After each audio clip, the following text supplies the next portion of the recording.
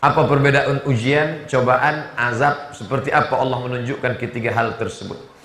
Ma yusibul mu'min min nasabin wala wasabin wala saqabin wala syaukin. Kalau ada orang sakit, susah hati, gundah gulana, galau, kacau pikiran, kakinya tertusuk duri, illa kafarallahu anhu biha sayi'atuh, maka Allah menghapuskan dosa-dosanya di masa yang lalu. Kita berjalan bertiga, tiba-tiba pas di jalan itu kaki kita tertusuk duri. Nah, apakah tusuk duri itu karena Allah menghapuskan dosa kita, atau karena Allah mengangkat derajat kita?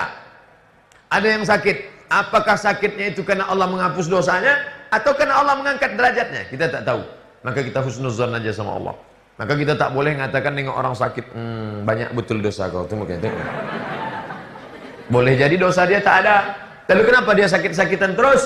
Karena Allah mau mengangkat derajat dia dengan kesabaran yang luar biasa. Ada tiga kemungkinan. Pertama, mungkin kita sakit karena kita banyak dosa, Allah mau cuci kita. Dua, mungkin kita sakit karena kita tak ada dosa, tapi Allah mau angkat derajat kita. Tiga, boleh jadi kita sudah sampai ke tempat yang tertinggi, tapi amal kita kurang. Pas dicek malaikat, ini amalnya kurang. Buat dia sakit, sehingga ketika dia sabar, cukuplah itu. Ada amal yang lebih besar daripada haji, amal lebih besar daripada puasa. Apa dia? Sabar. Innama yuwaffas sabiruna ajrahum bighairi hisab.